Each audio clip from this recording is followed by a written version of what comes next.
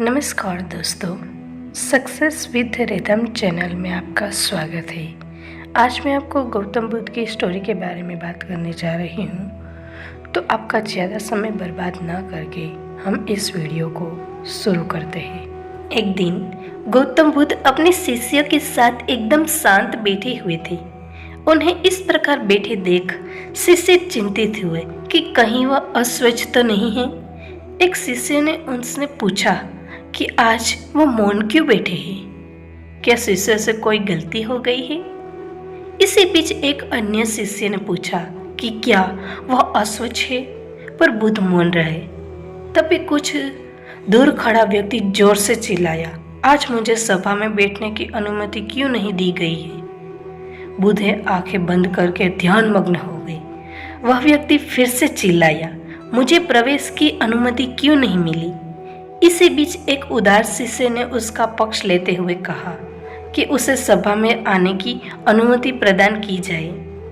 बुद्ध ने आंखें खोली और बोले, नहीं, वह अछूत है, उसे आज्ञा नहीं दी जा सकती। यह सुनकर शिष्य को बड़ा आश्चर्य हुआ। बुद्ध उनके मन का भाव समझ गए और बोले, हाँ, वह अछूत है। इस पर कई शिष्य बोले, हमारे आश्रम में जात पात का कोई भेद नहीं, फिर वह अछूत कैसे हो गया? तब बुद्ध ने समझाया, आज वह क्रोधित होकर आया है। क्रोध से जीवन की एकाग्रता भंग होती है। क्रोधी व्यक्ति प्रायः मानसिक हिंसा कर बैठता है। इसीलिए जब तक वह क्रोध में रहता है तब तक वह अछूत होता है। इसीलिए उसे कुछ समय एकांत में खड़े रहना चाहिए। क्रोधित शिष्य भी बुद्ध की बातें सुन रहा था।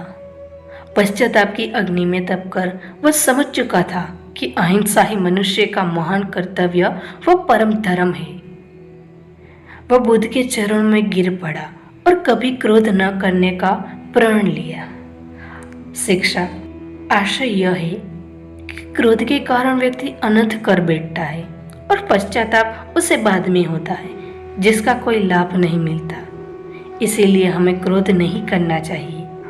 असल मायने में क्रोधी व्यक्ति अछूत हो जाता है और उसे अकेला छोड़ देना चाहिए। क्रोध करने से तन, मन और धन तीनों की हानि होती है। क्रोध से ज़्यादा हानिकारक कोई और वस्तु नहीं है। हम आशा करते हैं कि आपको हमारा यह वीडियो पसंद आया होगा। तो अपनी राय कमेंट बॉक्स में कमेंट करके बताइए और हमारे इस चैनल को लाइक, शेयर एंड सब्सक्राइब कीजिए। धन्यवाद।